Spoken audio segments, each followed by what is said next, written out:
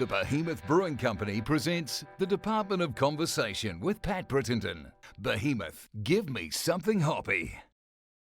Oh wait. No, I tend to just do Instagram because I like pictures, and then I link it all to Twitter and Facebook and stuff. I'm never on Facebook. No, I noticed that as well. It's interesting looking when people come on board as to what they've got going on social media, and we are live streaming now, just so you know. So we're out Yeah, there, and we're rocking and rolling. But it yeah. seems that your Twitter is attached to your Instagram, and you mostly use Instagram as a way to connect with people. And welcome to the conversation. Thanks for joining us. Thank you. Hello. So yeah, we were just Yeah, talk, we were just doing that silly introduction thing where I was saying your Twitter will get notification because we live streaming the video and it goes to Periscope. So yeah, if that pops up, don't panic; it'll just pop up. I won't even ask what Periscope is. Periscope is the live streaming video platform that Twitter uses. There you go. Like Facebook Live is a live streaming platform that Facebook uses, and I guess YouTube is its own live streaming, but that's what Periscope is. Okay. How you doing? Thanks for coming in and saying g'day to us. Oh, it's a total pleasure. I mean, I'm at day 9, I think, and so an event in my day is. Do you know? I actually think I've thought a lot about quarantine this time, and I think it's really good training for when we're 98 and we're in a rest home. Right, because you're sitting there waiting for your grandkids to visit, basically.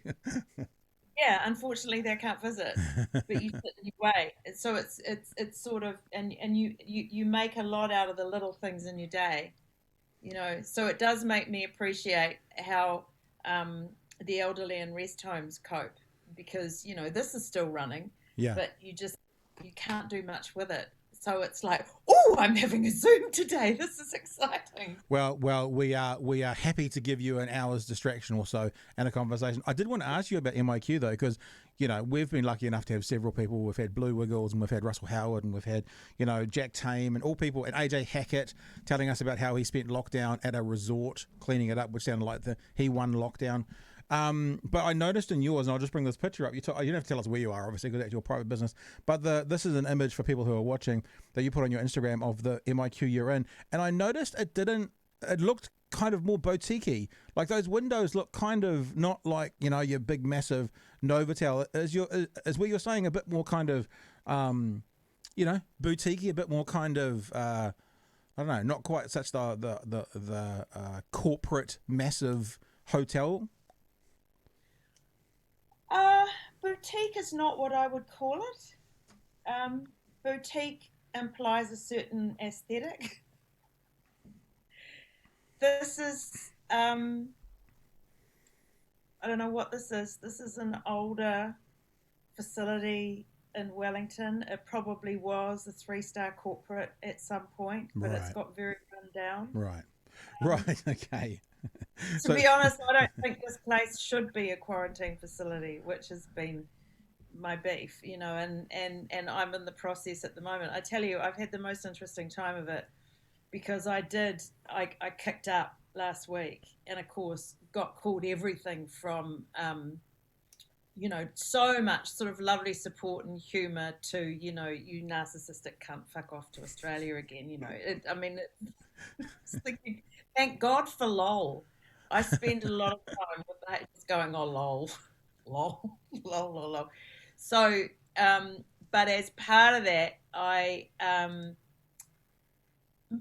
lot of people kind of reached out on Instagram. So I've got this WhatsApp group now of people in MIQ around the country.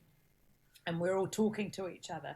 And I'm kind of interviewing them and, or I'm saying to them, I want to know what your experience is and what things you think work and what don't and what are the priorities and how would you, because I'm writing something to MIQ because this place shouldn't be on the list, and it's been really fascinating just digging into this particular experience and doing it with other people, because the main thing about the MIQ is the isolation.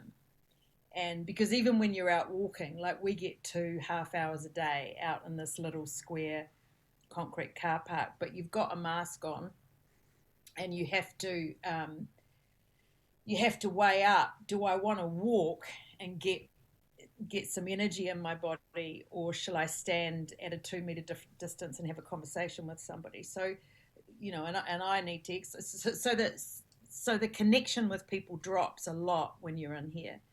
And so to be able to online chat with lots of other people who are going through this at the same time has been amazing, really amazing, and really interesting for a whole number of reasons. Because a lot of people said that they felt like when they got back that they were sort of an annoyance, and then hidden away, because we could be the awful people that bring COVID into the country. Right. You're the ones to be scared of. Yeah. And so, the guys at the border and the guys here are quite rightly taught, the border workers, to treat absolutely everybody who comes into the country as if they have COVID. And that makes sense to me. But the psychological impact on all the people that come in is quite big, because you immediately feel on the wrong foot. Do you know if that makes any sense? Oh, look, it makes complete sense. I had a chat with, actually, not to sort of, I've already mentioned it, but not to name drop, but with the Blue Wiggle, with Anthony. And Anthony has talked quite a lot about, in his personal life, his mental health as well. So he also was approaching it. When I asked him about coming over to isolation, there was a lot of controversy around the Wiggles getting a space when some New Zealanders weren't, sort of thing. But he said his biggest concern for coming across was also that idea of isolation for his own mental health, let alone that kind of support circle that you're talking about what you do as well. So I think it's when he brought that up, I was like, yeah, shit, it's a really interesting perspective for the people running the place to be aware of. And look, I don't want to obviously suggest anything that may or may not happen, but I mean, I don't think there's been any kind of people harming themselves or anything because of the isolation, and I hope and pray that continues. Me too, except that part of the reason why I want to write something is I'm scared that it's going to. Right. Because the stories that I'm getting from people around the mental health thing is it's not always pretty, and of course the other side of it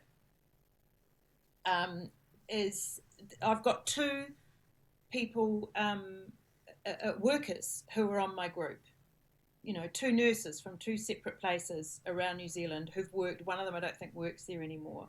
So they've been providing perspective as well. And one of them said, because I made the suggestion, I said, look, they ring every day and they say they've got 14 questions that they have to ask you, and they're all COVID symptoms. Have you got a cough? You got this, got a blah, blah, blah, blah, blah, blah, blah, blah. And then right at the end, there's the question, how's your mental health?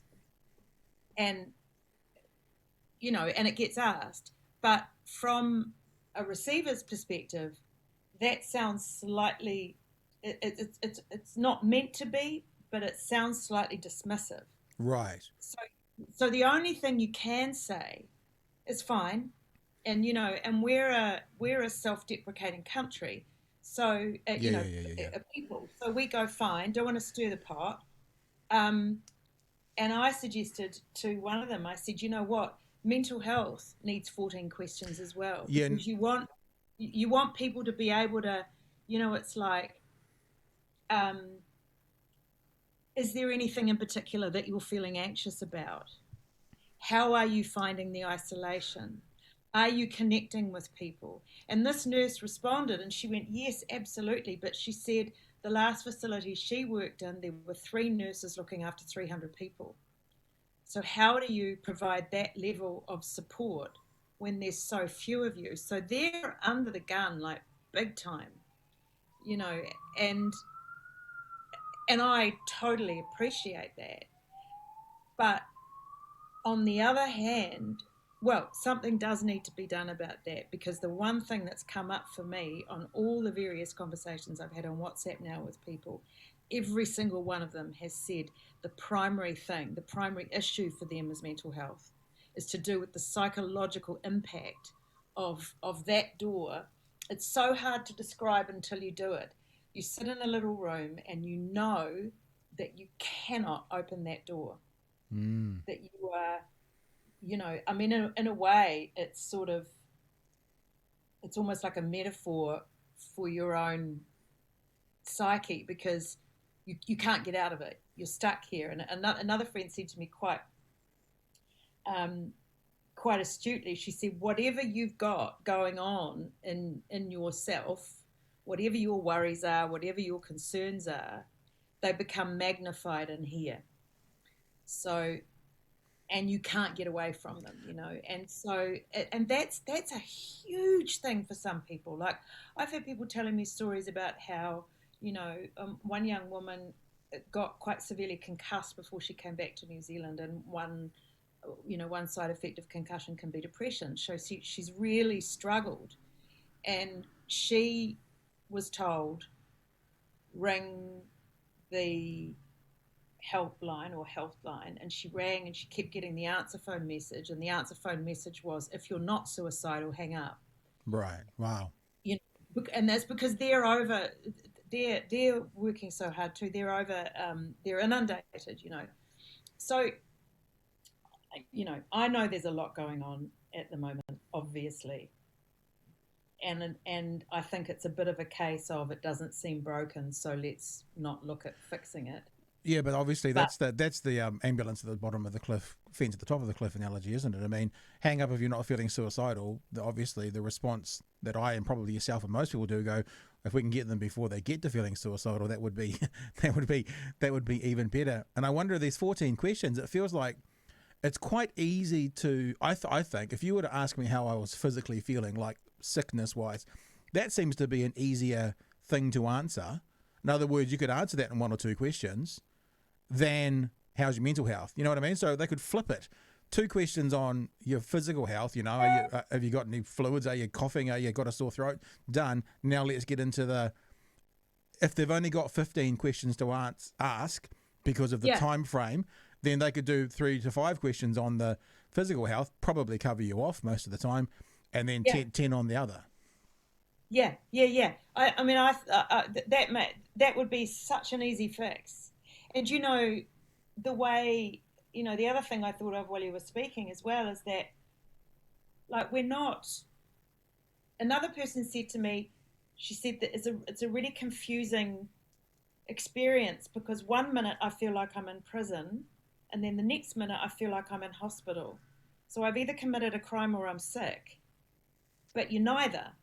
You're a totally sentient, self-responsible, together member of the New Zealand public who happens to be doing your bit to keep COVID out. So we could be sort of supporting each other. Like, I sometimes wonder whether there should be ways in which we're able to talk to each other electronically in this room, from room to room, so that those who are able to provide support for other people are able to do it. Like, there could be a way that we could take the heat off. Well, that would seem to be a piece of piss. I mean, that's for want of using a massive corporation and not doing something more bespoke, that's a Facebook group for each hotel. Done. You can talk to each other, who people who are in the hotel. Yeah. And there's a whole bunch of stuff around that just needs to be addressed, which is, well, if you start talking to each other, maybe you'll plan a breakout, maybe you'll this, maybe, like, that's the thinking is that the military that operate, and I mean, I don't have anything against them, because I know that they're doing what they're told to do, but I go for a walk out there, and I go out there by myself sometimes, and sometimes there might be 5 army guys out there. Yeah. And, I'm one little 5'4" person, and I think, are they all out here to stop me from doing a runner? And I thought about it the other day, and I thought, of course they can't trust me, but I could say to them, guys, I don't even need you out here, because I know not to leave. But that's the same as any kind of rule or law. I mean, I know that I don't need a law to tell me not to put a knife into someone. I don't need that law, but one person, in a million does, so there can be some repercussions from it. So, I mean, I think the same as any criteria or condition or law or regulation is not for those of us who don't need it. It's for the very small percentage of those who do. I don't need to be told I need to wear my seatbelt because I want to be safe. But for those who do, it's there for the ability for punitive, I guess, I don't like the word punitive, but it's what it's for, to be able to say to them, if you don't do it, you'll get a punishment for the small percentage who don't. Yeah, you're absolutely right. And I think at the moment, because we are not a vaccinated country, which is going to become increasingly problematic as time goes on, we have to err on the side of caution. And there's no argument that beats erring on the side of caution, because this thing here is what is keeping COVID out. Yeah, and look, I think that's right. Am I disappointed? I am disappointed. Everyone wants a perfect system. There's never a perfect system. I'm with you, and I would love to see a way to help the mental health more in the system. In saying that as well, compared to what most countries around the world are doing, we seem to be doing it pretty well. So acknowledging there's no perfect system, I wonder if there's some tweaks. Like I said, a private group, Facebook group for every hotel. The people in there can then talk to each other. They leave the group when they leave the hotel. That could be a way around it. Asking 6 questions about mental health and 9 about physical health could be some small tweaks to make the imperfect system slightly better. Yeah. And I mean, I think also the other thing that needs to really be addressed is the lack of consistency from facility to facility, because it's wild. And, I mean, I've had a number of people contacting me from overseas who are coming in the next 2 or 3 months, and they're all going, what? And I go, keep your expectations super low. Yeah. Because then you won't be disappointed. However, I feel like the facilities themselves need to be looked at, because some, like this one, and again, I'm not having to go at any one individual, this one should not be one of those facilities. Well, I think we can talk openly about it, because you haven't mentioned the name of it. So I don't know where you're staying. I don't know what it is, and I'm interested in broadcasting that. But tell us why. Tell us why, in your opinion, that should not be one. I've done this twice. And what I would say before any of this is you have to predicate it with the locking of that door and the impact of that, and the knowing that for 2 full weeks you cannot go beyond that door. Like, that is huge in itself. That's a massive thing to get your head round on a daily basis. It's like if you imagined, like I've talked to a lot of people about how they handled their lockdowns, and a lot of people in Auckland said the second lockdown was really hard in their own home. And that's in your own home, with all your own home comforts, with your family, and the possibility of going for a walk whenever you want, and going and getting food from the supermarket.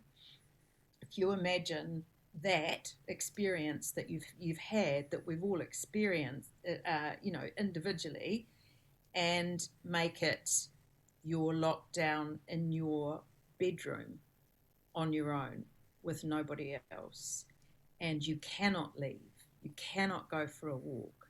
There's a soldier outside your door that you're aware of the whole time. You've got a toilet and a bathroom, and you will be given what you are given to eat. Suddenly all those civil liberties get removed. And the most precious thing that we have in a democratic world is that civil liberty. And we are willingly complying in this system at the moment to have all those civil liberties taken. And there's an impact for that. And I'm not saying that I don't want that. It's just that's what it is. So the first quarantine I went into was it was a 5-star in Auckland, and it was a room that it was split into 2. So there was a little separate room with a sofa on it. It's like a suite. In a suite? Yeah, well, teeny tiny suite. Yeah, sure. Teeny, like little sort of 2-room. A little apartment. Well, there was no kitchen stuff. Right. It just had a sofa and a desk like this with a jug and a kettle, and then there was a bedroom that had a nice big telly, and then there was a bathroom that had a bath in it. And that place had it had Sky TV. It was during the Trump election, so I was obsessed with. Of course you were. I was watching that every day. In fact, the worst day for me was day 8. I woke up and Trump had taken Florida, and I was like, oh, Jesus fucking Christ, the world is going to end. It's going to end. It's going to end. You know that thing about everything magnifying when you, I just paced around and around and around and around all day, just feeling so anxious. It was like, just let me out. I don't know what I can do, but I just want to get out. I want to get out. So you're in a nice environment, and and they provided a menu every 4 days. So a little thing was slipped under your door, and there was a little balcony. There was a balcony, and so a little menu was slipped under your door, and it would be 3 choices for breakfast, lunch, and dinner for the next 4 days. And then they would ring you and they would say, "What do you want for the next 4 days?" And you would tell them. Nice. And then the food would come in, and it was really nice food. It was lovely. It was lovely. So there was never any need really to bring any Uber Eats in or whatever. And the walking that we did was you requested a particular time, and you'd all meet downstairs, and you'd get in a bus, and they would take us out to a big grassy area where we could walk in big circles, and you got an hour, and then you could come back. Here is a small white room that smelt of must and old cigarettes. When I first arrived, the heating didn't work. It was freezing, and I couldn't open the windows. And I went into the one place that's got running water. It was a little hand basin, and there was wet putty around the hand basin. And it was the one place that you can wash your face, do any dishes, blah, blah, blah. And the TV has got terrestrial TV, and that's all. Wow. So when you've got jet lag and you wake up in the middle of the night, all I had was infomercials. I rang up and asked about the heating, and it was, were you not turning the knob enough? So I kept turning the knob, and it still wouldn't go on. And then finally I became enough of a squeaky wheel. I also had a complete meltdown when I came in here. Like, I went into a full panic attack, cried and cried and cried. I was jet lagged as hell, couldn't stop, was doing breathing, was saying, I'm not going to be able to cope with this. I can't cope with this. I can't be in here for 2 weeks. This is awful. Like, I lost the plot, and there was another sort of little single bed. So there wasn't really any room even to put my yoga mat. And I made enough of a noise that they moved me into another room, which was the same sort of room, minus the small bed and minus the wet putty. And I still couldn't get the heating right, so they sent me up a little fan heater, and then the heating 2 days later turned on, just cranked on, and the windows wouldn't open, and I face west, so I had sun streaming in here with the heating on, and I couldn't turn the heating off. So I sat there for a day, because there was a cold air that was coming under the door. So I sat near the cold air, and I rang them a couple of times, and I said, I need someone to come and turn the heating off. Oh, well, you're not turning the knob enough. Okay, but I do need someone to, can I have a screwdriver? Oh, that's a health and safety issue. What you think I'm going to jump? And actually at that point I was like, I might fucking jump. I just about had it. So they gave me this thing to undo the windows eventually, because said, look, me dying of heat asphyxiation, I'm literally poaching in my own juices up here, is a health and safety issue. So they got a guy in a hazmat suit, and he came up and he opened the windows and got the heater off, and so everything's fine. The food, I eventually after 3 days went, I think it's best that you just don't give me any of this food because I can't eat it. I mean, I've got this theory that in an old hotel, they don't want people to shit. So they give, because it will clog up the plumbing. So they give you lots of white carbohydrate just to jam your system up. I think you've just given us the title of this podcast, Robyn. They don't want people they don't want people to shit. I think that's what we're going to call this one. They don't, honestly, it's like, I'm like, whatever happened to eat like a rainbow? And so one of my recommendations to the government is to say, I think there should be a mandate out there for food. Like, we don't get a choice here. That was the other thing. There's no choice. So if you don't feel like a really enormous deep fried slab of chicken, that's all you've got. That's your only choice. So my thinking was, nobody in MIQ needs carbs. We really don't, because we're not exercising or we're not doing much. We need protein and we need vegetables. We need to be kept regular to keep to not put too much of a finer point on it. Mediterranean diet, eat like a rainbow. Even if, like a hotel like this, this is my other wonder, is that I looked online and this room retails for about $70 a night. Right. But they're getting $3,000 for a fortnight for me. So hang on, let me work that out. 7 sevens are 49, so it's about $1,000 a fortnight for the room, and they're getting 3. Yeah. So they're getting the same amount for me as the other place. The 5-star place. My thinking is, because of the impact of these 2 weeks, and it's huge. I can't stress how huge it is, and I'm in the process of writing this thing, so I will get a lot of quotes from other people out here. I think we should all be in 5-star.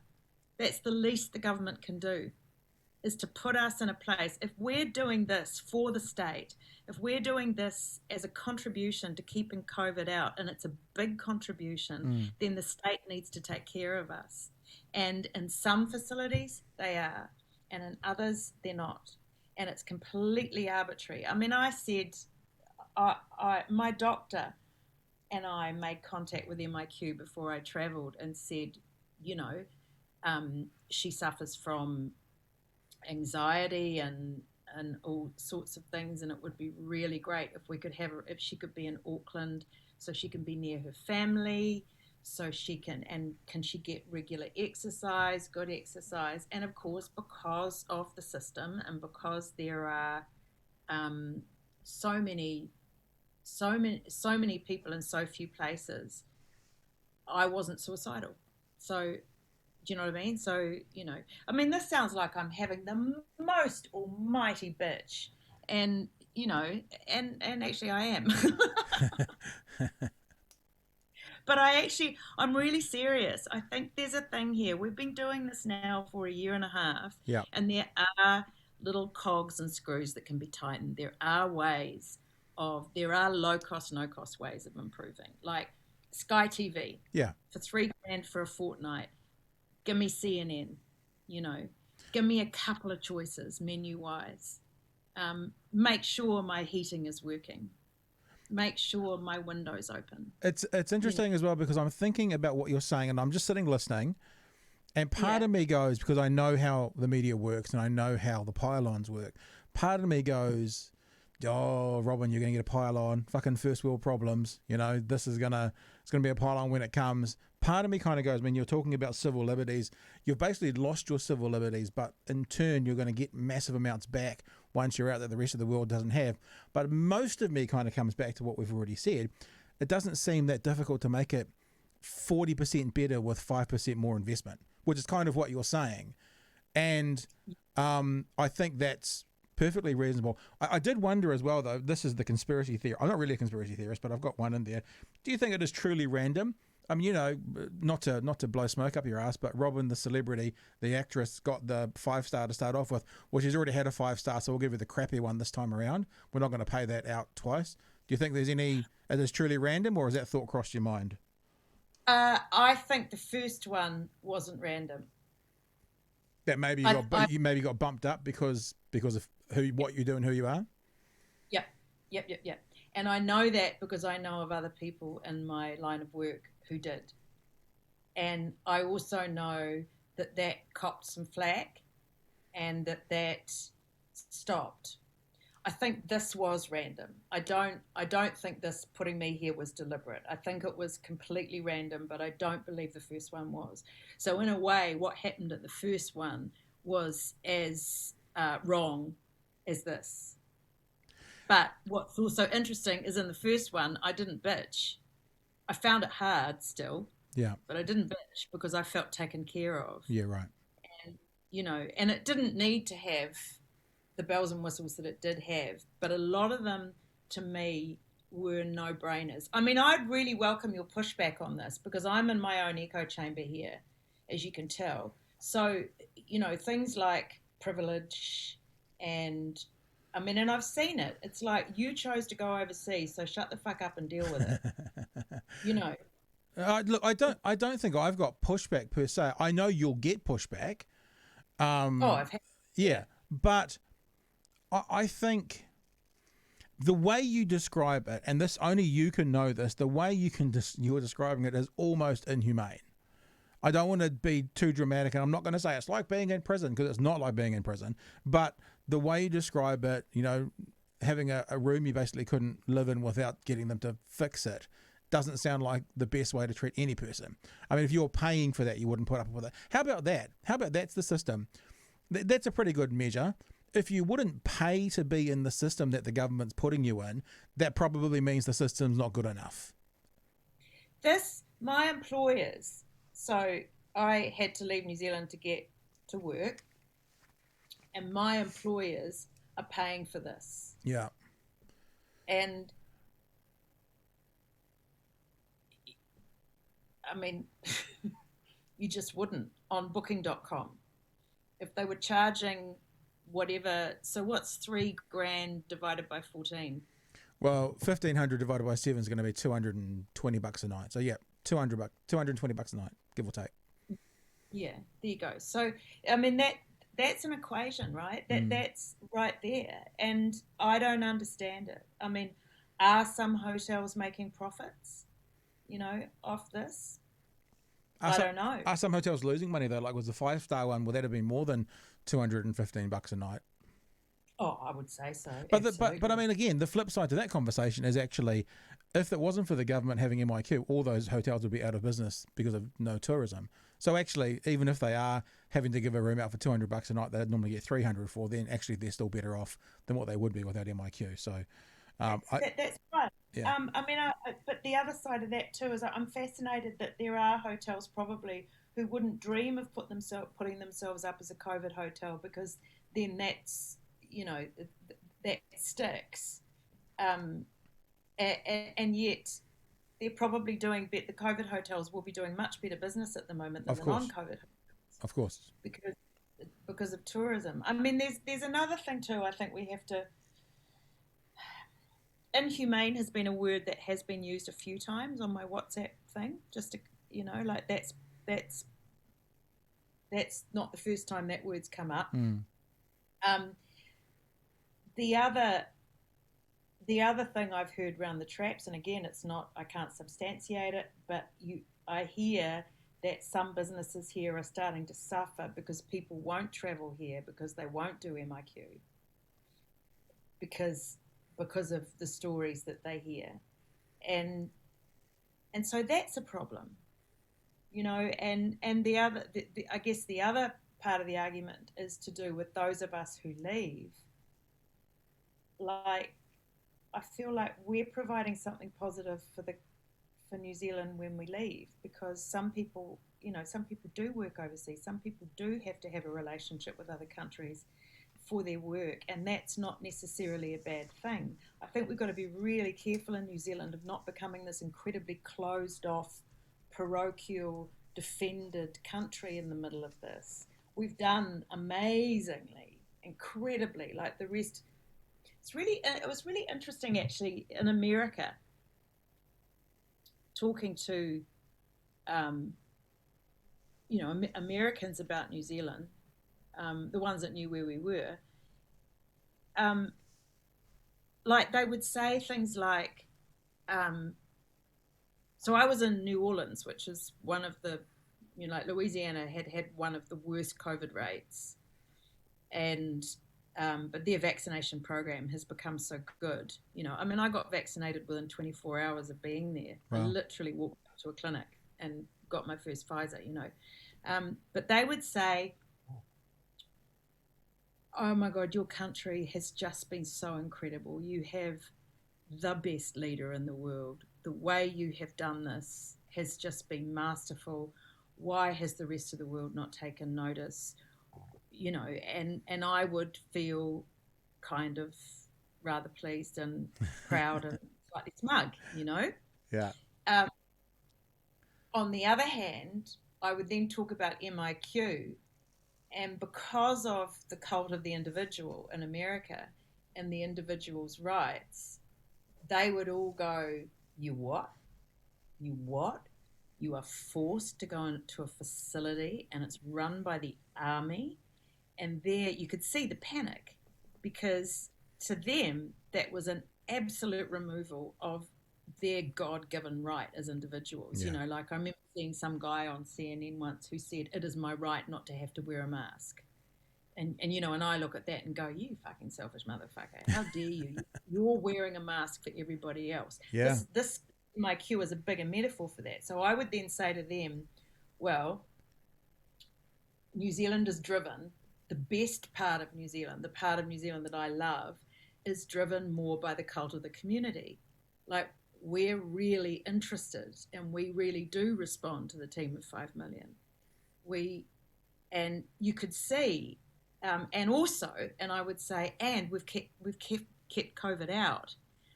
But these guys, you could see there was this absolute disconnect, because the idea of putting yourself second for your community is just not in their DNA. It's why socialism is such a bad word over there. Yeah. But also the idea of not living with COVID, of not having COVID, is also an anathema to them, because they live with it. That they've lost so many poor souls to it, but they also, it's now in their world, So again, I found, and then I came back here with all of that in my head. And of course, you go into MIQ and you go, I am not doing this for me. I am doing this for my team of 5 million. Yep, for Gran and Papa, for whoever. I'm part of my community. And this is why I would like to not feel like I'm being treated like a criminal. I would like that perception to shift. And I think the only way that perception will shift is not to bitch and moan the way I have, because that's just a turn off to most people, and I totally get that, and you can edit the whole first half hour of that if you want to. But actually experiencing this, because you don't know until you've done it, it's a really weird thing to do in the modern age. It's so hard to describe what that locked door means. I remember saying right at the start of this whole thing of the COVID situation, like back 14, 18 months ago, whatever it was, that one of America's failings was their ability, or their God-given rights to self-determination. It's like, you won't tell me what to do. Government doesn't tell me what to do. I'm free American. I'll do what I want. And of course, that means everyone did what they want, and they had these horrific rates. One of the things that worked well for us, and I was just going to reference Russell Howard, who we had on the podcast. I was saying I went and saw his show as well when he was in Dunedin. He did a very funny little setup about how brilliant New Zealanders were, because Jacinda said, go inside, and he does this little voice, and he goes, not to redo his jokes, and all of New Zealand went, okay, we'll go inside, and he walks off stage, and then after 4 weeks he comes out and he goes, can we come out now? And Jacinda says, no, 1 more week, and we go, okay. We went back inside, and that worked for us then. It didn't work for the Americans being individuals then. However, now maybe it's changed slightly. I was watching Bill Maher on Friday night, well, Saturday, New Zealand time, and he said there is it might have been Pew Research, but there's been a poll done recently where the question was basically, if you have been immunised, what should you do now? And it was return to, as much of normality as you can, or stay inside and stay safe. 81% of Republicans said return to as much of your normal life as you can. Try and get back to normality if you are fully vaccinated. 71% of Democrats said stay inside and stay safe. And I wonder about the following the science thing. Maybe what we did well was the start when we needed the lockdown, and we're starting to come out of it now side of it is not what we're handling best. Like the Americans didn't do the lockdown side of the well, but they seem to be doing the coming out of it once people are vaccinated better than some. Their rates are going down. They're still fighting it, but their rates are going down, etc., etc., etc. Like, it fascinates me, and I'd love your thoughts, your answer to this. You said you've been vaccinated. What are you doing in isolation if you've been vaccinated? Well, it comes back to the erring on the side of caution argument for New Zealand, because that's all we've got. Like, what I fear, and again, I'm no scientist, so what the fuck do I know? But the longer we stay unvaccinated here, the more vulnerable we become to the rest of the world, because if we don't get some kind of herd immunity and something like the Indian variant comes in here, I would be frightened that it would sweep through this country so quickly. So the border is all we've got right now. Really terribly, I've heard a couple of the nurses on the MIQ thing, WhatsApp, were telling me that they've heard a lot of people say, I'm not going to get vaccinated because our borders are tight. So that's a problem. Like in America, I think the reason why they all threw themselves at the vaccination so quickly was it was an individual choice, but also they saw what it can do. Like, we've not seen what it can do. We've not seen how when you get COVID back in the day, you get horribly sick and you die. Yeah. Or some people do. Like, it's still, we're a bit like COVID tourists down here. Yeah, like interesting. We're distant from it. So we threw ourselves behind keeping it out. But now that it's out, it's like, oh God, well, we've shut our doors. No one's coming in for lunch, and we'll just stay inside now and shut our curtains. That's only going to work for a short period of time, because we're actually, we're a global player. Oh, and we're also so dependent on things like tourism. I mean, it is our number one income earner. So, exactly. So yeah, we can't close off to the world. And so just to finish that, yep. In America, what I found fascinating in New Orleans was, I thought, I was really scared of going into America unvaccinated, and I was super careful, and I got there, and then I had to be in a sort of a semi-lockdown myself. So I stayed in my hotel where I was. I was allowed to go out walking on my own, and I wore a mask. So I had to take responsibility for my own social distancing and stuff, which I did. What I found really interesting was that everybody I saw in New Orleans, in the sober part of New Orleans, all had masks on. Everybody, out in the street, inside, everywhere. Most shops said you can't come in unless you wear a mask. You go into the pissed area of New Orleans and no one's wearing masks because they're all like, ah. Then they lifted the mask mandate while I was there. And most people kept their masks on because they were still scared. So going back to the Republican-Democrat response to a sort of a post-vaccinated world, when you leave it up to people, what's interesting is that you can get your vaccination, but they've also been so traumatized by COVID. The idea of taking your mask off is scary. I also kind of, I think it's Israel is the only country that's nearly fully vaccinated, and we haven't seen enough yet to know how that's going to roll out. I totally get why people would be wanting to still stay indoors, because there's still an unknown thing there. But, we're not even in that race yet, which is, I don't understand it. Is it because all the DHBs are responsible for rolling out their vaccines, and some DHBs are onto it more than others? You know, my mum's 82; she still hasn't had her phone call. Really? Well, I mean, I got my first shot a week and a half ago. So your mother should call her doctor and say, that's what I did. I called my doctor and they gave me a number to book in. Yeah, no, it's. How was your vaccination? Did you feel all right afterwards? Yeah, I was I got I was going to talk to you about your dog at some stage as well, because I got a border collie as well, and she got spayed on the same day I got my vaccination. So we were sort of planned it so we could have kind of two sick people at home for the weekend. but I was actually literally nothing. But they do say if you're going to get impacted from it, often it's the second one that'll give you a couple of days of sort of under the weatherness. So no, I was sort of waiting for something, and literally not a single side effect. I felt nothing for my first one, and then my second one, I felt jet lag for about 2 days, right, before it became jet lag. Like I was just like, I feel really. And then I went out and drank tequila and got a terrible, terrible hangover, which I'm not blaming on the tequila. I'm blaming on my. So that's your suggestion for Friday week? I should go and get an injection and on the way home get a bottle of tequila? Is that what I should do? Yeah. That's good, because what I've planned it for the second one is it's a weekend I've got all my kids. So I'm like, well, if I feel crap for a couple of days, you can just look after the dog and you can look after me, and I'll just chill out at home. I think you should.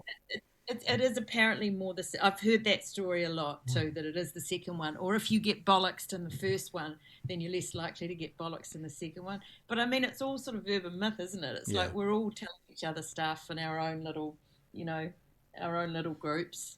Yeah. I wonder if one of the solutions to what you've been posing for the last wee while about MIQ is, why couldn't you, who's been vaccinated, I'm not saying just go back out into daily life if that's what New Zealand's decided, but isolate in your home, because obviously the risk for you to be a carrier is less.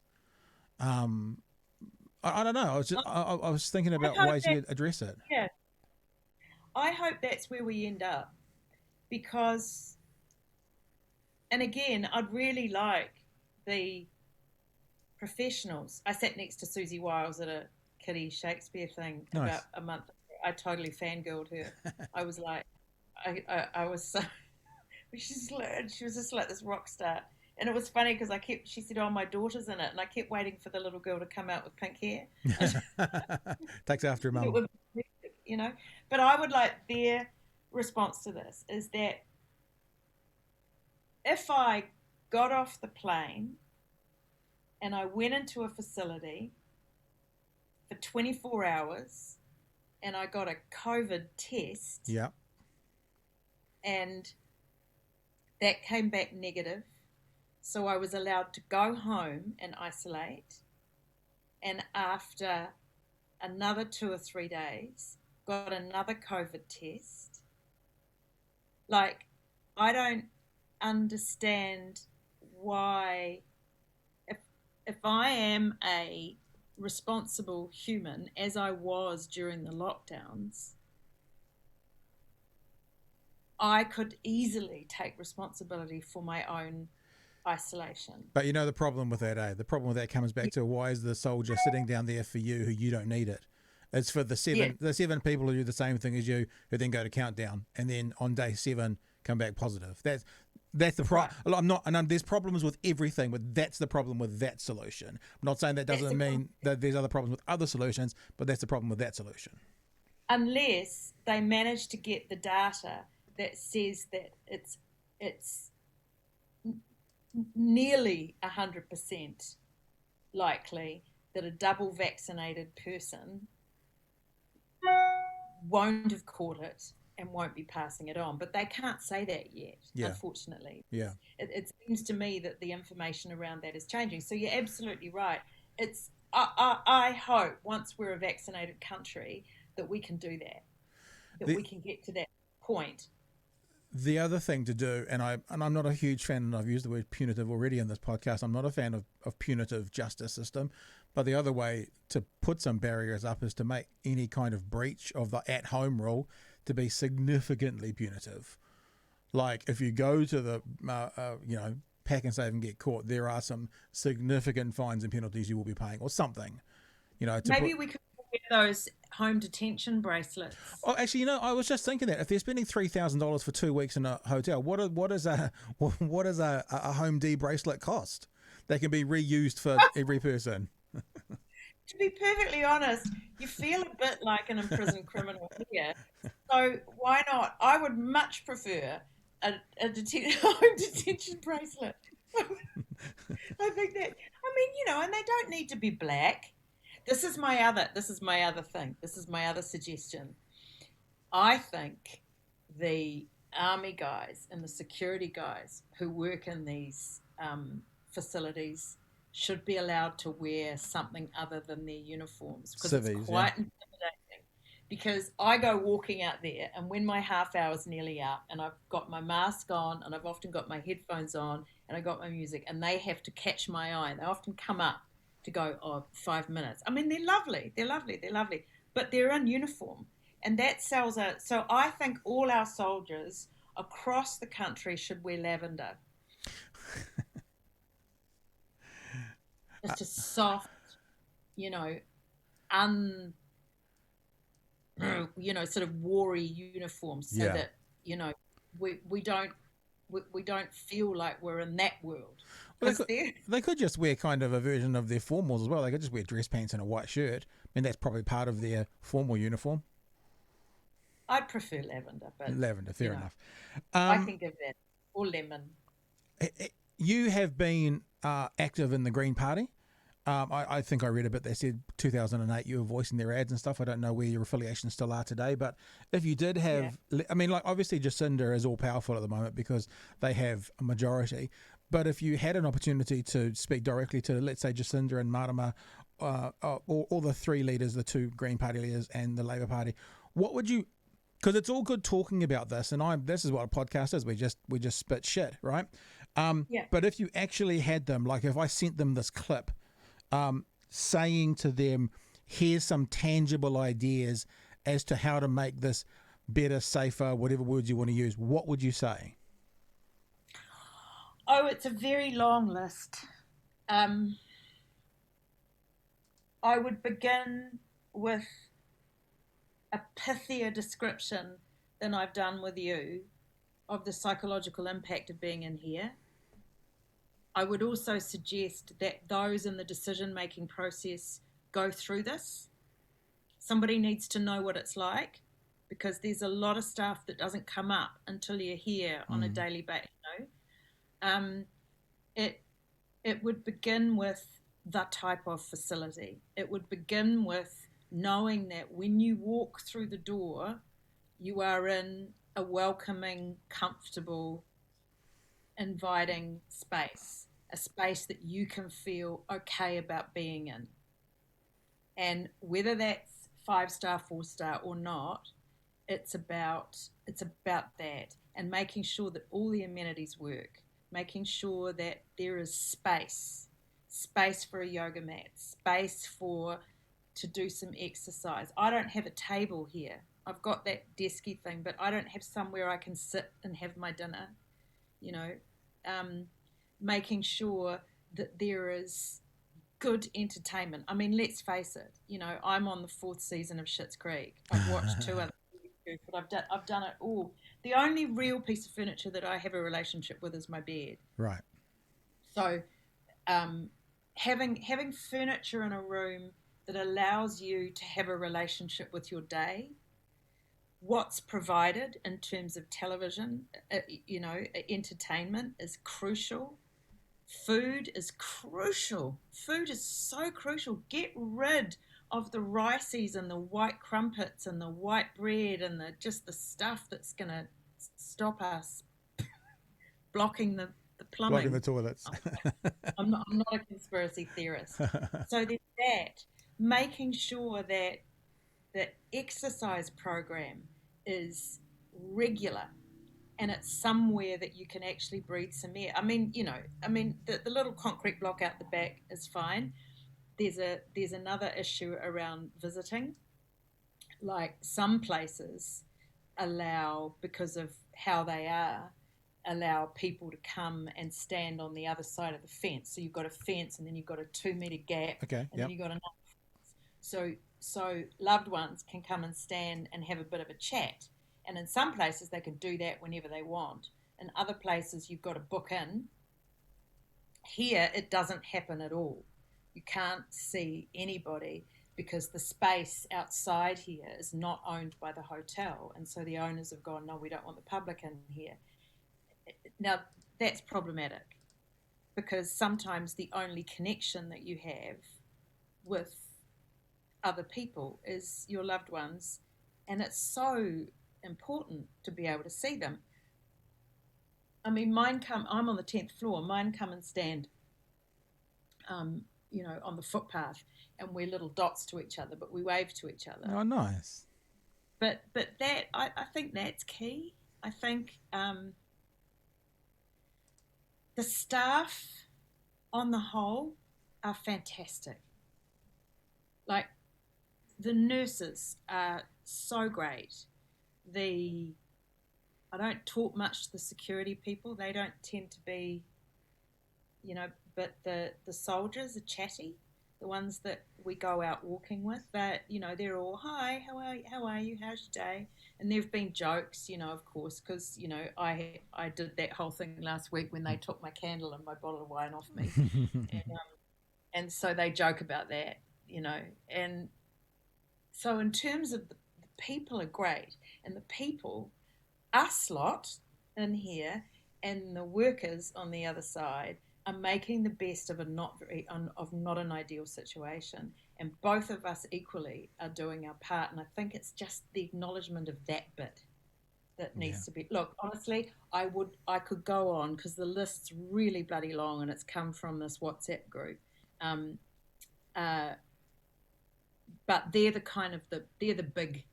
It's the food, it's the environment, and it's the exercise.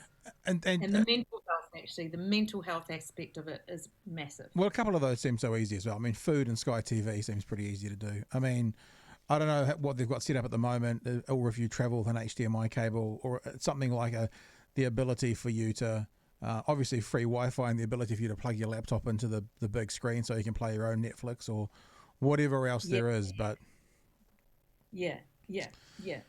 Oh, look, that's it's interesting, and I'll be really interested to read what you've got when you're coming out. And I think it is important. I think I'm of the opinion that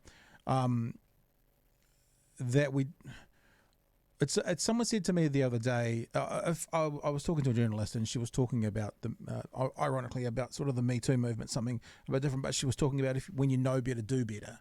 And that kind of feels like it's a little bit that saying is relative to this. If you know that there's gaps and you know how to improve them, then if we can, we should, sort of. I really believe that, because I'm genuinely nervous that one day something's going to happen, and cats in every room. But then they have to be washed between people coming and going, wouldn't they?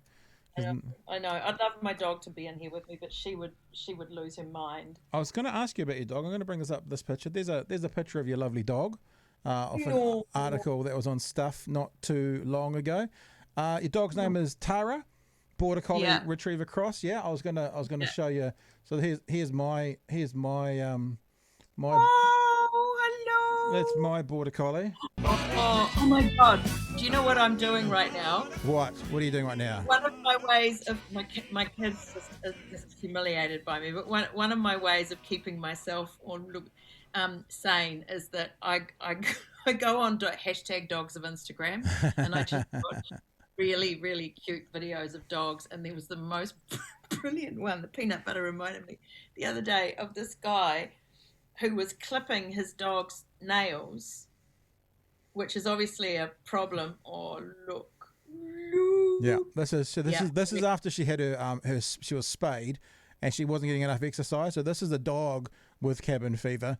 you say you kind of have the cabin fever at the moment, you know, and you're thinking this is a dog with cabin, which of course has to be Benny Hill as well, because that makes the most sense. Oh my God, I use that same for one of my walk arounds. Oh my God. You see, what she's doing there is what my brain is. That's what my brain looks like right now. No, I saw this thing the other day, and this guy had this big piece of Glad wrapped around his head, and it was covered in peanut butter. So the dog was sitting right up next to him, just licking his head while he was clipping its nails. So it wasn't even noticing what he was doing. It was just licking the peanut butter off its head. Do you know? It is my only regret in life, is to not have gotten into dogs earlier. Oh, really? Tara's my first dog, and Aww. I just think dogs make better humans. Let's what you're talking about, I'm assuming, is if it's not this one, this is one of the ones that is very similar to it. People who are watching will be able to see what we're doing. If you're listening, you're not going to hear this, but someone who is putting peanut butter on their head, and we don't quite know what's going on. It looks like it's been dragged over to YouTube from TikTok. I'm not playing the sound because the sound is what gets us pulled off YouTube. And I'll flick forward a bit, and there is the licking of the forehead whilst the clipping of the toes go together. So there you go. I love that so much. Yeah, I'll be honest. I was done with dogs. I had we had a Labrador cross that when I separated from my then wife went sort of more with her, and I was like, I think I'm done. And then I don't know what it was actually. I grew up with a border collie, and I went, I don't know, because I'm kind of, you know, I'm in my 40s, and if I have a dog that lasts 15 years, I might well be into my 60s, and do I really want that, and what if I want to go travelling? And eventually I just kind of went, I think I really want to, I want a mate, and she's only 6 months, she's still being trained, she's upstairs at the moment, but eventually the plan is she's going to be, she's my dog, she's not the kid's dog, and I got her because she's going to be my mate, and she comes with me everywhere, she comes in the car. She's not here with me in the studio now. She will be when she's a bit older. She's still right on the end of... She is toilet trained, but she has the odd accident, and if there was an odd accident in the middle of a podcast, it wouldn't quite go so well. So she's upstairs at the moment. But eventually there'll be a bed in the corner of the studio, and there'll be space for her. And I've just thought, I think I want a mate, and so she's my mate, and it's Nala, and that's why I've ended up saying yes and going for it. And there's been a few occasions the first few weeks where I was sleeping on the floor next to her because she'd obviously just been torn away from her mother. Was it? But that experience has imprinted me as being sort of her mum / dad, and she's a lovely little thing. And isn't it lovely that who was it that somebody said it, was it one of my kids? I went, oh my God, there are so many dogs in LA. That's right. And they went, oh, it's just because everyone in LA is lonely. And I went, oh, am I lonely? And it's not that. I think it's just that there's just a non-judgmental, unconditional everything between a dog and a human being. And also, if you treat your dog really beautifully, then they treat you back really beautifully. And there's no grudge. There's no, and it's when you say she's my mate, it's like, Tara's my mate. Tara hangs out with me during the day, and also they're bloody hilarious. They're just. We were watching TV one night, me and the kids, and I'd bought a one of those New York baked cheesecakes, and we'd had half of it, and we were sitting watching telly, and then I heard this sort of crash, and then we looked up, and Tara had the entire other half just in her gob like that, just staring at us. And there was this real stare off. It was like, what are you going to do? What are you going to do? What are you going to do? What are you going to do? I've got the cheesecake. Nothing you do about it. Fuck you. Off we go. Hurtled outside, ate the whole thing in, less than a minute. Yeah. And she's also she's badly trained. Oh, she's trained in the way that I think she needs to be, but she sits on the dining room table when we eat. Oh, God. And stares at our food. She sleeps on my bed every night. She's allowed on every single piece of furniture. She jumped into the bath with me once, which was hilarious because she jumped in and all the water came out. But and she barks at other dogs. She's a bit noisy, but she's also completely unaggressive and loves people, and she does sit when I tell her to. Nice.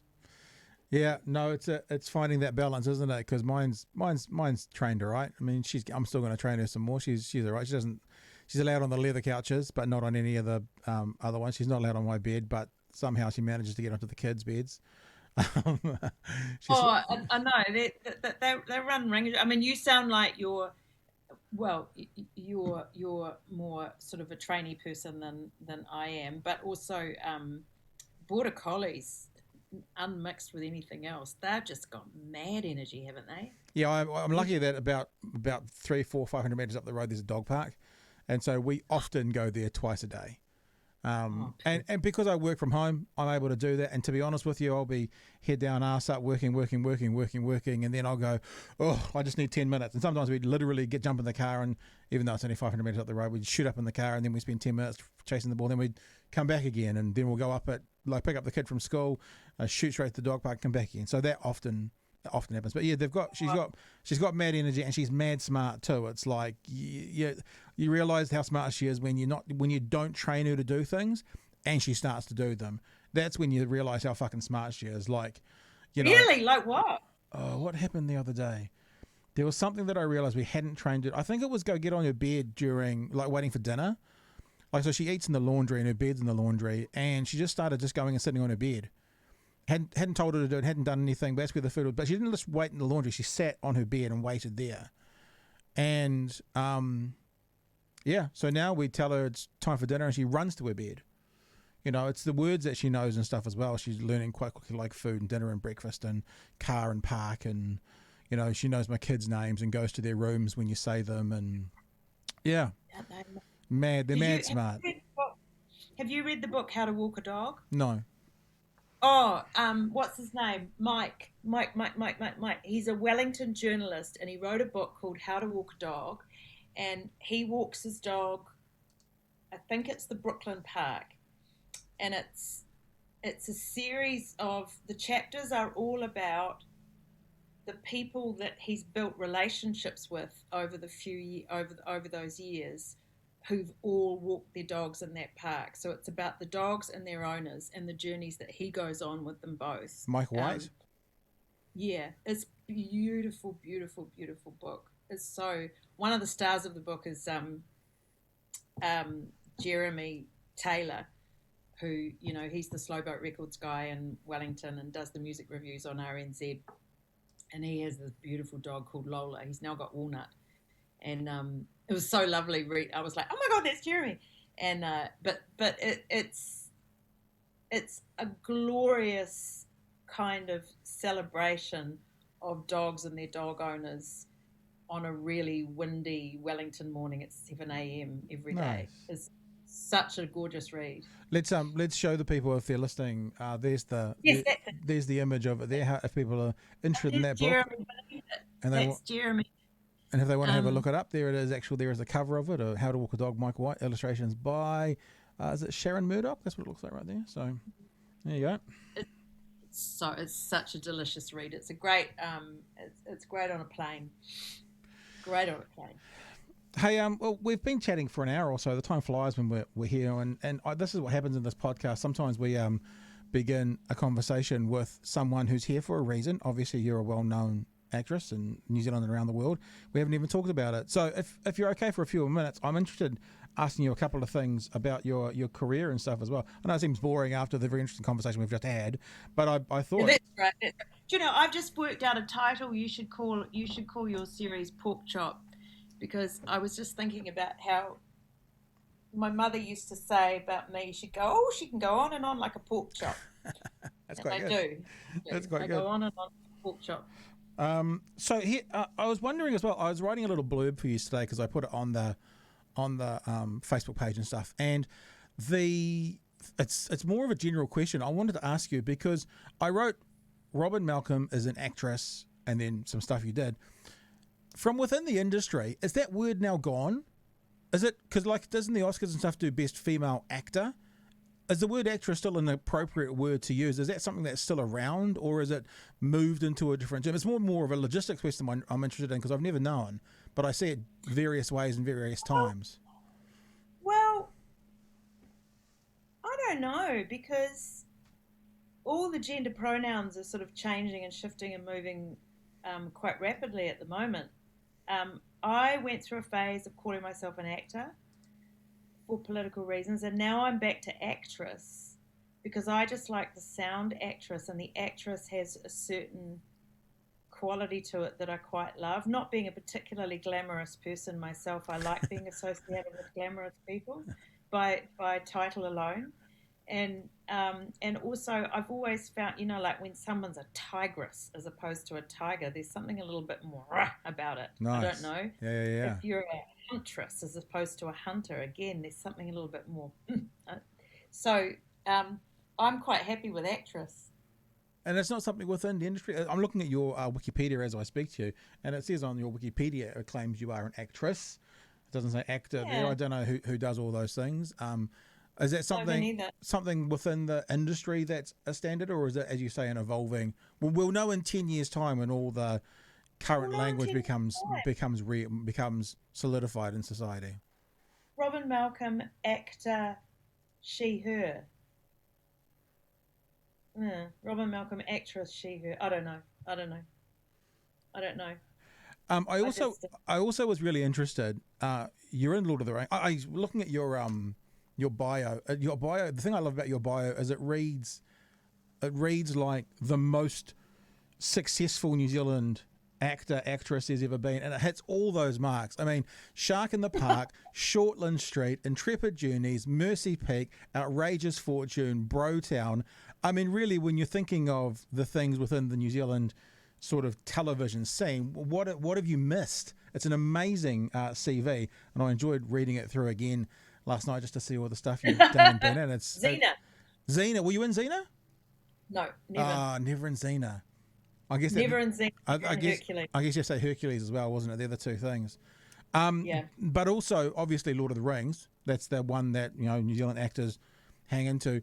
In the Hobbit situation, when you were working and fighting for sort of the rights of the actors and to get those contracts standardized, is my understanding.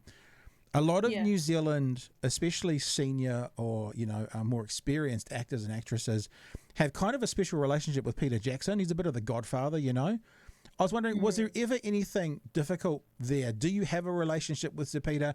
And when you were sort of fighting for the rights of the actors there, and some of the producers basically said, let's move this offshore, was there ever anything interpersonal between you and Peter about what was going on there? Any conversations or anything? Or any ill will or hard feelings? No, I worked for him a couple of times. I did Lord of the Rings, and then I did a couple of little scenes in Lovely Bones, which didn't end up in the movie in the end. And both times I've thoroughly enjoyed working with him. I was very sad about the whole Hobbit thing because he is such an advocate for New Zealand and New Zealand workers in the industry. So I found it, it was sad that, I think he felt backed into a corner by all the international unions and responded the way he did. And which was just really sad because the kind of stuff that the actors we were after back then, it wasn't really a financial thing. It was a bit like the MIQ, really. It was about, a lot of it was no cost, low cost stuff. A lot of it was just about treatment on set, treatment getting to set. A lot of it was just leveling the playing field in terms of, us and and all the other international actors. And to be honest, we knew they were never going to go offshore.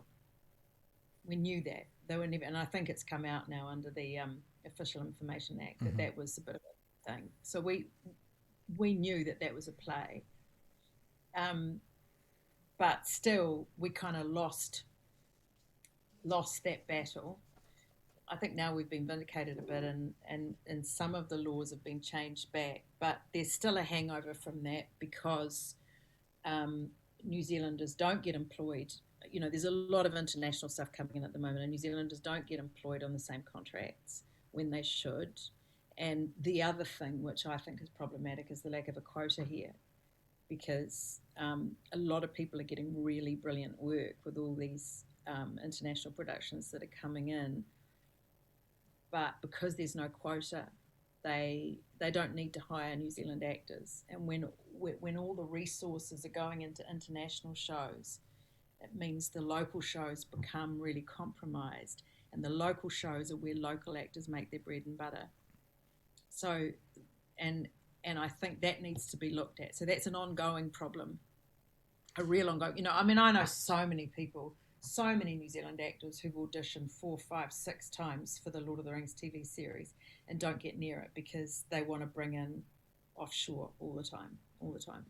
And again, they may have very valid reasons, but I just think if you're coming in here and you're using taxpayer dollar, like lots of taxpayer dollars, to make this show, a little bit of give back to New Zealand performers might not be a bad thing. But we need support for that, and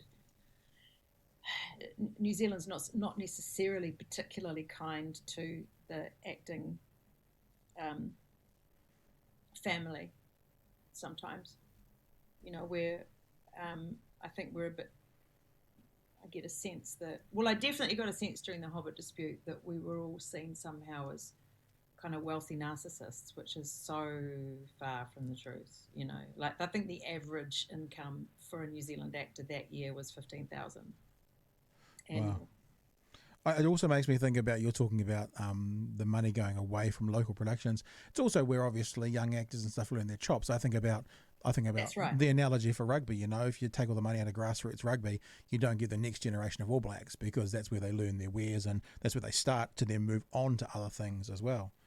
I also wonder where the world looks at us right now, and maybe they're not as clear on how our system of politics works, but they kind of look at us as this, I don't know, not socialism, but this kind of socially democratic kind of country, left-leaning, a left government sort of thing. This would seem to be the time that the so-called politics of the left would be getting in there to support and help the worker. Why aren't we seeing changes under I guess this is a question you don't know the answer to, but maybe you've got an opinion on it. Why aren't we seeing changes under this Labour government and Labour Greens kind of family to really help the workers in all fields, including, actors wanting to do the Lord of the Rings series with Amazon? I honestly don't know. I was away when the last budget was announced, and I think there are some things in that budget which are fantastic. But I also think that the longer, it seems to me that the longer a party stays in power, the greater the fear becomes not to lose that.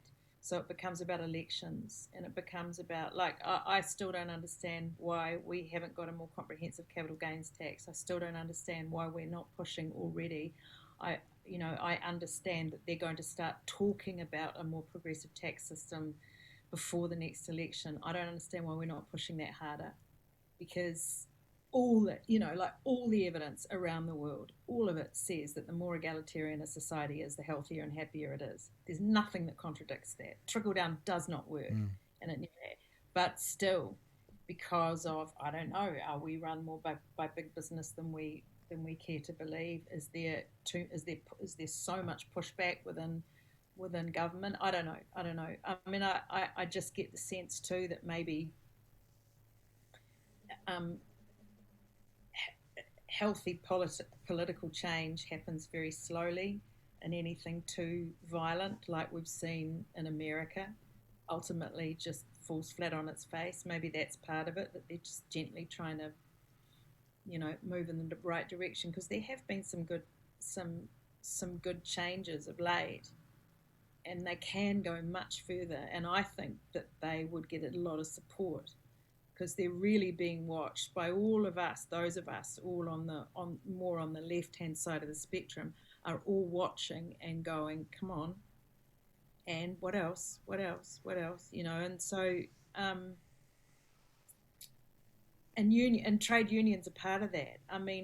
Post-Thatcherism, the world is terrified of trade unions, and it shouldn't be. It shouldn't be. Workers are terrified of trade unions. I mean that I've got her book actually. Rebecca McPhee's just written the most amazing biography of Helen Kelly, who I became close with during the Hobbit dispute, and her thing was that we now live in a world where the worker is grateful for the work. So there's this huge imbalance between worker and employer, and how we redress that is going to take decades because the trust is gone. And so, I mean, I do feel the longer these guys stay in government, the better their chances are for implementing like real groundbreaking change. The problem with what we face right now, and I think this is just because you mentioned it, that's probably the book there by Rebecca McPhee. Yeah. It's called Helen Kelly, Her Life. If people are interested in that, there's the cover, and you can do your own research on that as well. I think the problem that they face though at the moment is, I'm putting my pragmatic hat on now, is Labor's got one term. And the chances of them getting a majority government next time around are slim to none. Not zero, but certainly slim. Well, they're very lucky at the moment because the opposition is so terrible. Yeah, true. So terrible. So maybe that might assist. Well, maybe, but I think I've long been of the opinion that what happens with politics in general, and this cycle is a little bit of an anomaly thanks to COVID, but is the two major parties kind of they win an election and then they head back towards their natural position, and the other party comes to the centre, and when they come towards the centre they win that election. These guys on the far right get kicked out, and then over the next couple of cycles they head back towards their natural position, and then they get to the, let's say, far left, and Nationals come back to the centre, and then they get kicked out because they're centre, and that does this thing. And I feel like obviously COVID's the reason that Labor got in so well is because of the response to COVID, rightfully so. But with this majority they've got at the moment, this was the time to get stuff through. I mean, cannabis reform. I mean, as you say, capital gains tax, because I think what may happen next time, and I'm no soothsayer, is you'll probably see a Labor Greens coalition. There'll be a bunch of people who voted for Labor this time around that goes, you know what, Labor didn't do much. They need those Greens with them to form a majority, to actually not be the handbrake that New Zealand First were, but maybe to be the gasoline to get some of these things through. Yeah. Oh, hey, speaking of gasoline, are you a rugby follower? Yeah, for sure. What do you think about the new sponsorship deal? Did you read that in the paper? That's with the international group buying whatever it was, 20% of... No, the big petrochemical. Yeah, okay. No, I don't know what you're talking about. Sorry, I'm unaware. Inform me. I've become a sort of a news fiend since I've been in here. It's all you've got is the paper, and it was buried. It was right in the back. So the All Blacks are about to sign a sponsorship deal with a huge petrochemical. Lucy Lawless was tweeting about it yesterday. She started calling them the Oil Blacks. A petrochemical company called, I think they're called Ineos. And here we go. This is from the New Zealand Herald. Let's let people know what you're talking about, because as I read it, I'll be informed myself as well. Greenpeace have called on the All Blacks, New Zealand rugby players, to make a stand against a looming sponsorship deal. As reported by the Herald, the All Blacks are on the verge of completing a sponsorship deal to have the Ineos name on the back of their shorts. Greenpeace have launched a petition calling on NZ Rugby to axe the deal.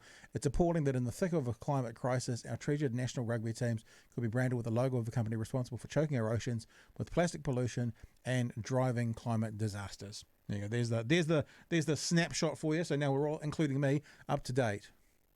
Yeah, and I was talking to one of the Greenpeace guys the other day about it, and I said,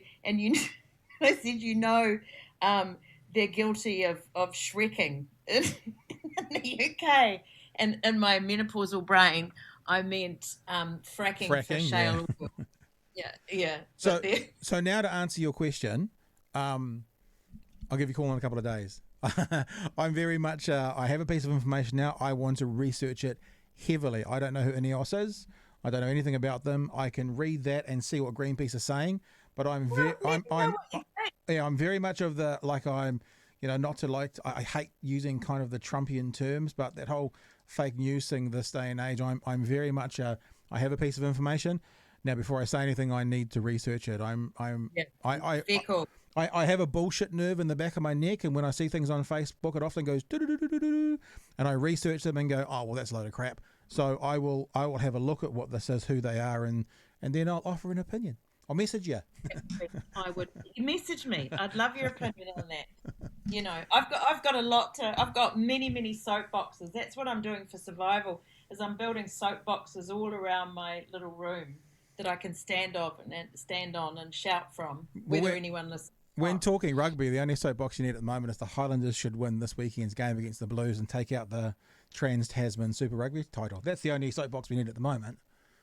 Well, you're right.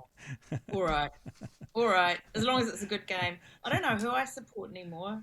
I've always supported the Crusaders, but because they wouldn't change their name, I kind of went,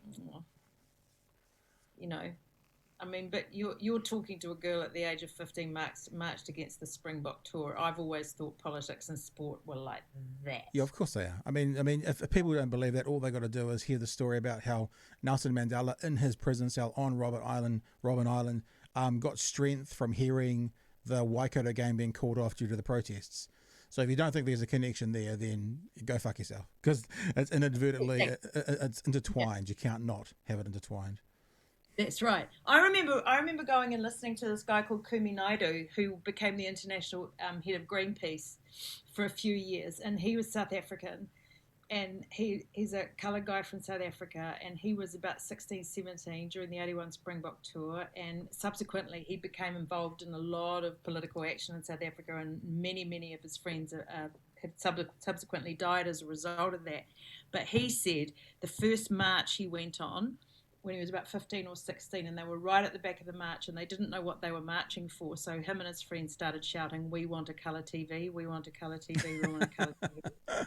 But he said at the time they saw on television the marches going on in New Zealand. Wow. And he said never forgotten it, like the power of being in the middle of such a deep, awful conflict as they were in South Africa at the time, and seeing that their country on the other side of the world, people were actually leaving their homes and marching in support of them, was incredibly powerful. So yeah. Anyway, have a look. I don't know how much truth there is in it, but I read it the other day, and my antenna went up and went, "Oh, we're known in the rest of the world. We're known for Lord of the Rings and the All Blacks. And we've got a clean green image. What does this do for us?"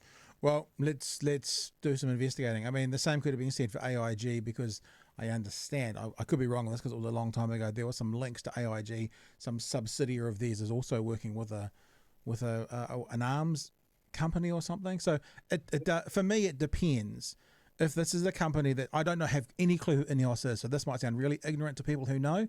If INEOS actually pulls the handles and delivers the oil, that's very different from INEOS, who has, investments in 1,000 different companies, one of which has a connection to the petroleum world. So I will reserve my opinion and go and do some research. All right, well, get back to me on that. Yeah, and in saying that, listen, thank you so much for coming and having a chinwag with us today. As I said to you, we just talk. It's what we do here in the Department of Conversation. I apologise if half of it was a most massive bitch from me. You gave me an excellent platform. Yeah. No, hopefully every news agency will then come and write about it and tag us all in. Oh, you're right. Yeah. It's not why I did it. It's not why I did it. But who knows? There's some. We're just clickbait. That's all we are. We're just. Before we go, what's coming up next? I noticed that you've turned yourself into a house painter and you're calling yourself an unemployed actor at the moment. What's next on the horizon? Well, I've just done a very cool job in America. Which I can't. They've told me I can't say anything about. That's different from the Outpost. That's a new thing altogether. Yeah, no, it's not the Outpost. It's another one. It's an Apple TV series. Ooh, cool. Which was so fun. Can you give us anything? Who were you in? Like, who was the feature? Because they've got some pretty. When you look at the stars they've been pulling onto what's his name from old Jennifer Aniston from Friends is in one of their series, and you've got the guy who was Aquaman in one of their series, and they're pulling some pretty big names into Apple TV. Yeah, there's some good people in this one. Really good. That's a good way of saying I can't tell you anything. No, I know, I'm not allowed to. Okay. I mean, what are they going to do? Fire me or hire me? But I mean, I'm done. But no, I have to honour that. And I shot a New Zealand movie at the beginning of the year, which I don't know when she's going to release it, called Going, although that's being changed. Lauren Taylor, who's just the most phenomenal New Zealand writer, director, actress. She was in Eagle versus Shark. She was the main. She's so character. funny. Beautiful, really stunning writer. So I did that with her. Played Jermaine Clement's sister. Go figure. Nice. And I am working on a TV series. I've been working on this TV series with a New Zealand writer and an Australian production company, which we're desperately trying to get made in New Zealand, but we may end up having to make it in Australia, which is sad, but that's just the way it goes. Yeah. We're trying to get it made here, and it's set in Dunedin. So when all those stars come through to do external shots, you guys will have to all come back in. Yeah, that's right. If we end up here, so I'm doing that, and that's the other thing. I've been able to audition for things in my room, which is great. And when I get home, I just want to walk the dog, hang out with my sons, make sure they've actually been going to school, and do some gardening. Well, Robyn Malcolm, you are on. I have a list of people who I've always wanted to podcast with, and you're on it, and now I've done it. So I was very excited to get an opportunity to have a chat with you. Awesome. Well, it's been lovely talking to you. It's been really, really, really enjoyable. Yeah, and look, the way we run this is, when stuff comes up, come back. So when your Apple TV stuff gets released, come back and we'll have a chat again more specifically about that project and what's going on. If you guys are in Dunedin, come back. Come and say hey, and it'll be cool to catch up again sometime soon. But this has been a blast. I've enjoyed it so much, and geez, thanks for jumping in from MIQ. And look, I hope those ham sandwiches don't stop you shitting for too long. That's the most important thing. Oh, well, the brilliant thing about it is that I have got, this is the other list I'm going to make. I'm going to make a list of things you can do to survive MIQ. And one of the things is getting your friends to bring stuff in, like a cup and a teapot and a pot plant and vegetables. And that's what my mates have been doing. And so I've actually been getting little presents every second day, and it's been glorious. It's been lovely. I've been shown a lot of love, which is great, because some people might think I don't deserve it. And Metamucil to help you stay regular. Is that right? LSA, actually. LSA and kiwi fruit. Hey, Robyn, thanks for joining us, mate. It's been a whole lot of fun. Pleasure.